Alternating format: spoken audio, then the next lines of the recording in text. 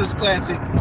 Dropping a car vlog on the way to work. Nobody tells you, know that God loves you, Christ loves you, and I love you as well. I hope you guys and gals are having a wonderful day. Nobody tells you that. God is great.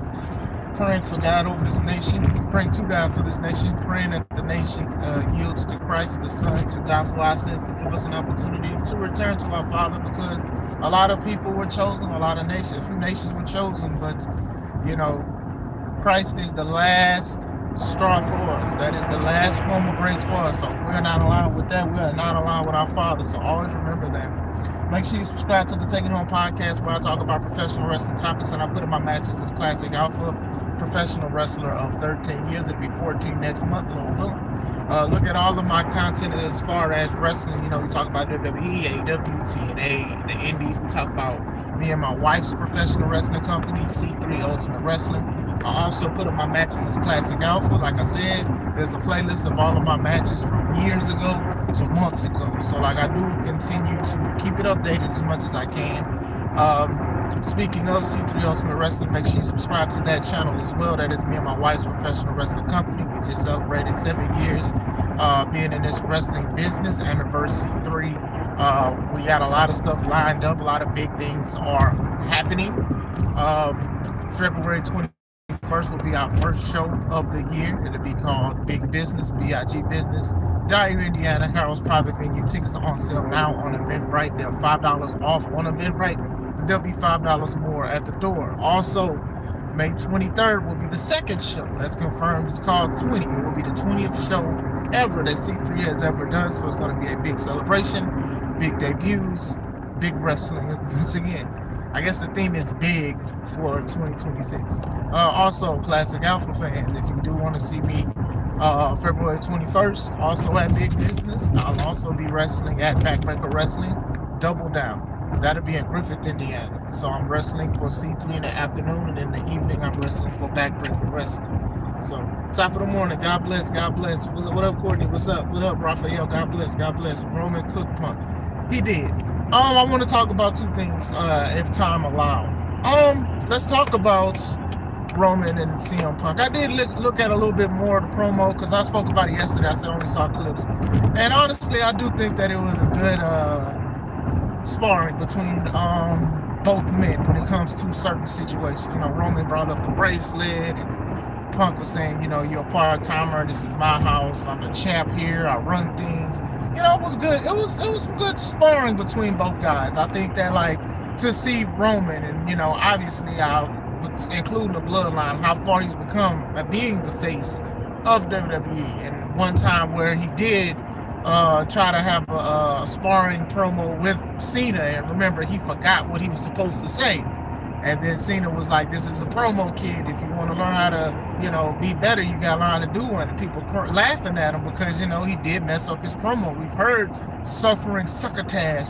We've heard certain things. We've seen him look crazy in the camera. We've seen him do a lot of stuff, and it didn't work. It just didn't hit.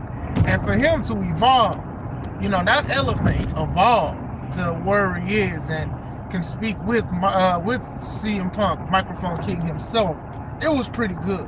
Like I said, it seemed like LA Knight, like, slip and fall and stumble over words. You've seen even Seth. Seth does great with it, because with Seth is less is more. But to actually do that, honestly, it should get people excited to watch the show. Now, with that being said, I said you back with me. That's a good old tribal chief. Yep, the OTC.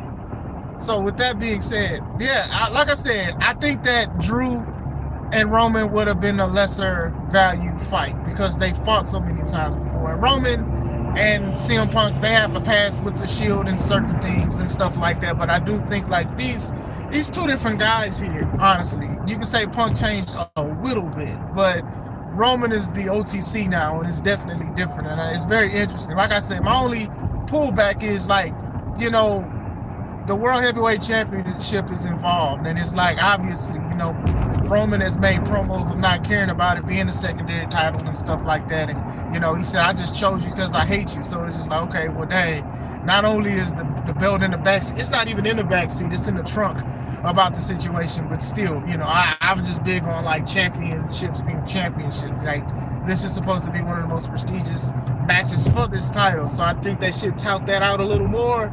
You get what I'm saying? I wouldn't say he was it 2021. Was that the Bloodline? No, that wasn't Bloodline. It was. He said small stuff. He had small things. If I'm thinking of the promo you're talking about, like when he said that Cena is a part-time fake ABITC. If that's it, like, yeah, that got crowd going, but Roman was a little sloppy when it comes to certain things with it. But he has gotten a lot better, and he has improved. And like I said, that Roman is different. Drew got buried promo by Punk. They both kind of got on Drew a little bit. I think that Drew and CM Punk had one of the best feuds of the year that they feuded. That Hell in a Cell match was definitely dope. No, not 2017. Oh, it's 2021. Okay, it was a different. Okay. Because even then, Roman and Cena have faced each other a lot of times, too. It's to the point I was sick of seeing it. But it was money. It was money. Okay. All right, 2021. So, still, excuse me, Roman has definitely improved when it comes to certain things and all of that. And, we've seen it with the Bloodline and with certain things and stuff like that. So, I do think that this should be the match. Now, there are speculation since CM Punk basically, looked at the camera and said, Finn, talking trash and stuff to Finn about, hey, I'm not hard to find, blah, blah, blah, blah, blah, I'm outside. And Roman looking crazy. Now people are saying, like, most likely Finn may be a part of this storyline. They may pivot to a triple threat at WrestleMania. And I'm here to tell you, I don't want to see that. I don't want to see it. I think if you are going to pivot, if Finn is going to beat Punk, let's say at Elimination Chamber or something, maybe. But still, WWE does a thing where they pivot.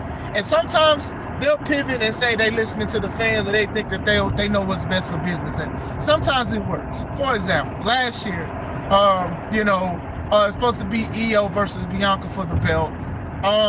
Rhea started acting like a Karen, which was low-key out of her character. Oh, I should win. I should be involved in this. I'm going to do this. Let me speak to your manager. Karen cut. She had the Karen cut at the time. Like, she Karen'd her way into a WrestleMania match. And honestly, it was one of the best matches of both WrestleMania nights. It was good. It was a pivot. I didn't care for, like I said, triple threats. I don't mind triple threats at WrestleMania for titles and stuff like that, but it's just the consistency of doing certain things. I thought that was good. But then we could even talk about the pivot of WrestleMania 41. How they went from, okay, Cody won a Royal Rumble back-to-back times, and he decided to give up his WrestleMania opportunity to The Rock because The Rock felt that that was the better thing to do, and they felt that at the time it was good to do too, even if they disagreed. Like, I didn't even know you can give away Royal Rumble opportunities like that. Horrible pivot. To pivot right back to what they're supposed to do. Like, that's something, as much as that's big money, right? But at the same time, how y'all just try to pivot, Cena, Travis, The Rock, unpivot, The Rock, Travis Scott. They do so much stuff, right? And to me, I feel like the build-up won't be great. Do I think a triple threat match will be good? Yes. But at the same time, I don't want to see it. I'm sick of seeing triple threat stuff. If you're going to have Finn and Roman, do Finn and Roman. I think it's better to have Punk and Roman. But still, because if y'all are going to do Finn at WrestleMania, he has to be Demon Finn. And if he doesn't win as Demon Finn, what was the point of him being Demon in the first place? One of the last times, or the last time we saw Demon Finn, he went against Roman Reigns, and people thought he was going to win the belt because Roman and them was beating him up, put all the boots and interceptors and steel-toe boots all to this man. The Nikes was just all on this man, going through tables and stuff. The Demon Finn Balor music hit. People lost their minds. He just got up out of nowhere, started beating up the Bloodline. People was like, oh my gosh, Finn is going to win. Finn is going to win. Bars. Finn gets on top for the coup de grace. Freaking the top rope breaks.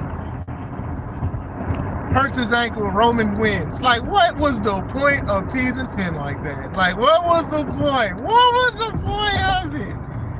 Finn definitely has some things where it just, he feels like he gets the short end of the stick a lot. I remember as low as even Finn Balor, Demon Finn versus Sister Abigail. And Bray Wyatt was supposed to be Sister Abigail.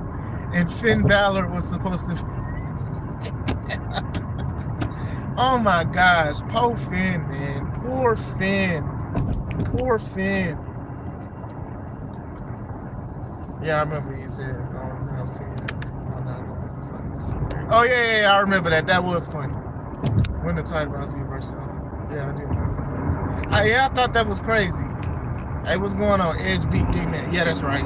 That was stupid. See, and that was the thing, and I think a lot of people realize that like Edge has somewhat of an ego when it comes to certain things, because honestly, I do think that Finn needed more of the win than Edge. Edge is a Hall of Famer and stuff like that. All the stuff that was going on with the Judgment Day, it was like the Judgment Day was like, you know, beating him up, beating his wife up, and all kind of stuff. And it was just like giving Edge the win at a Hell in a Cell against Demon Finn. I just didn't think that that was like necessary. I honestly think it wasn't necessary. I do think that Edge, I do think that was like, dang, Edge, man, he's not doing what's best for business. Not saying that Edge is the only one that has the final say so, but still, did feel a certain way. And then people are looking at his booking in AEW when he was in AEW. They're like, oh man, he's not letting the younger talent over. He's not helping the younger talent. He's feuding with his brother Christian and all of this other stuff, but he's not really doing stuff. He's just there with his friends. You know, they call AEW All Friends Wrestling sometimes.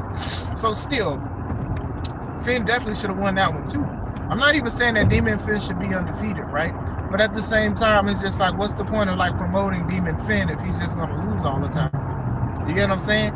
Demon Finn is a Super Saiyan. Like, it's just like, hey, no matter, especially in Dragon Ball Super, regardless of what version of a Super Saiyan you are, it doesn't matter. Power scaling is, they're going to depower you, you know, they're going to descale your power. And then you're going to just still be weak. You know what I'm saying? Yeah, it was, but still, I don't want to see a triple threat. I don't think we need a triple threat. I think, you know, Roman against Finn would be good. I think him versus Punk, but knowing TKO on the business side of it, it's not going to happen. If Finn does go into the triple threat, I do think the match will be good.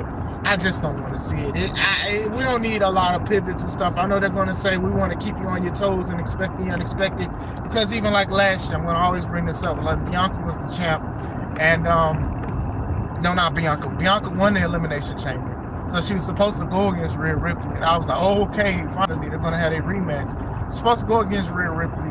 But Rhea Ripley, like the next Raw, she was going against Io. And they was also promoting that Rhea has never beaten Io. And then I was like, okay, well, Rhea's going to clear her and go against Bianca. But then Io won the belt. So then it was like, okay, it's going to be Io versus Bianca. Okay, that's interesting. You know, Io cashed in on Bianca before and all of this other stuff. And then Rhea just kept just interfering, just being a Karen, you know, just being a super duper Karen. Hey, my opportunity was taken away and blah, blah, blah, blah, blah. Then it was like, hey, you know what? We're just going to make it a triple threat. And like I said, it was a great triple threat. Like I said, they did great, you know, and it was also a taxing triple threat because Bianca has not wrestled since. She's not wrestled since. Her fingers still injured, broken, some of the joint stuff. I didn't know it was that severe, but like I said, I don't want her to come back and she's not ready. Like, even when she was a referee for Jade and Naomi's match, I guess that might have took a toll on her hand too, as being a referee. You get what I'm saying? Please, no more triple threat. Yeah, it's just so still. But, you know, WWE will do a pivot, and then they'll also fall on the safe belt of their Unreal show. Like, oh, well, we thought this, and we thought that should make sense. And so we decided to go with it because it just made sense. And it's just like, bro, read the room. And some people do want a Finn Balor. They want Finn Balor to finally get his moment. But I feel like if you do include Finn in this, he has to win. Finn has to win if you're going to include him into all of this situation, in my opinion. You're just going to have to. Like, even like Becky, right? How Becky got involved with the Ronda and Charlotte situation and all of that. You know, how it went into title for title. And then I think, did she win like the Royal Rumble? And then that's how like she kind of got into it. Even stuff like that. That was okay for the most part. The match wasn't that great. Like, that was the first all women's main event. And that match was not great. But still, I think obviously the winner is the one that made it. Like, you know, because everybody was just on the train of Becky. Speaking of Unreal, what you think of it? I haven't watched an episode. I've seen clips. I don't want to see them try to expose wrestling more than what it already is. So some of my friends and people, they talk about it. Shout out to Arshawn for Cripply Drinking. He'll speak to me about certain things, and he'll send me clips, and we'll talk about it or whatever like that. But me, I'm not for per se people just exposing, talking about they got a creative room, because all they're trying to do is they're just trying to gaslight the fans, and they're also trying to say, hey, it's not my fault, it's creative's fault. Oh, it's these people's fault. It's not Triple H's fault. It's Road Dogg's fault. It's not his fault. It's somebody else's fault. And then they can also say stupid stuff like the R-Truth contract situation. So to me, I feel like it'd be disrespectful to my eyes and my mind, because I'm not gonna sit here and say I know everything involved in WWE, but when we are literally seeing this play out in real time and they're trying to cover it in fake time, that's the problem. So that's why I don't watch it on real. I've heard good things about it. Some people like it. Some people are interested in how the #1 wrestling company does things or whatever like that. I'm not really interested in it. I do want to feel like I want to protect at least of something as far as the locker room and stuff like that. And I really wish they would have followed suit, but it's business, right? I call it Botchamania WrestleMania 35. Yeah, it wasn't. Yeah. Yeah, but I wanted to speak about that. And I also wanted to speak about Maxxine Dupri and Jade Cargill. Now, these are two women who have improved, and I do think they still have room for improvement, with Jade being the SmackDown Women's Champion, and then also Maxxine being a former Intercontinental Women's Champion. You know, some people saw her promo that she said against Natty, and, you know, a lot of people was like, dog, like, what's going on? This promo was cheeks. It wasn't good. And honestly, I listened to it today, and I was like, it's definitely not good. I think that they should have did what they did with Natty. They should have had a backstage promo. They should have had an edited promo and stuff like that. The crowd was a little talking about it because a lot of people still like Maxxine, but still, promos are very, very important when it comes to wrestling, and sometimes you can just hear the dead air when it comes to it. Maxxine, I felt like she was thinking too hard in what she was saying, and, you know, what she was saying, like the words that was coming out, it wasn't bad, but the believability is just like one of those things as well. You know what I'm saying? Like, oh, you know, Natty can't decimate this Maxxine, you know, and, you know, I'm a former champion. I beat one of the best wrestlers in Becky Lynch. I know that everybody's on that thing of calling her the best wrestler, especially with Sports Illustrated and stuff. Becky, alright. It's her character more than her wrestling skill, in my opinion. She alright. She ain't the best, but alright. Sure. Hall of Famer. Sure. Yeah, cool. She ain't the best, but people call her the best. So people was like complaining in the comments about it, saying like, man, this promo wasn't that good. So then, obviously, Jade is always one of the main ones that's going to be brought up as far as comparing Maxxine. And some people was like, oh, well, she's better than Jade. And then some people was like, no, Jade is better than her. Now, even on the Jade thing, Jade won the belt and has yet to defend it. She has had matches. She's wrestled in dark matches, but she's not had a title match. And then, honestly, she was feuding with Jordynne Grace, who was just somebody in the Royal Rumble. And Jordynne Grace didn't even win the Royal Rumble. And I do know with like Saudi Arabia and stuff like that, they probably was trying to read the room, and they didn't want to do certain things. They didn't want the crowd to not be interested, and they didn't want them to boo Jade and all of this other stuff. But still, it's just like, okay, well, dang, y'all can only protect Jade for so long. Y'all can only protect her for so long. We need matches, and I'm not demanding it. You know, that's y'all company, but honestly, I do think that they do need to do more matches. Both still have room to improve or whatever like that, and I do think that, you know, the less she wrestles, the more uninterested people are going to be, because they want to see Jade. I like Jade. Jade is great. She has an aura that you cannot create. You cannot manufacture that kind of aura. But I do think that they keep playing. And if she's not ready, I shouldn't have gave her the belt in the first place. And I understand they probably gave her the belt because people was complaining, like me, about it. Like, hey, she needs to win. She needs to win. Now she won, and y'all act like either y'all don't know what to do with her or y'all feel like she's not ready. Y'all have to make that executive decision. But still, I'm here at work, and I don't want to be late. I could talk about this all day. What do you think about it? Do you want a triple threat? What do you think about Maxxine's promo? Is it fair to compare her to Jade? Is it fair to compare Jade to Maxxine? Let me know. I hope you guys and gals have a great day. This is Chris Classic. Let's take it home.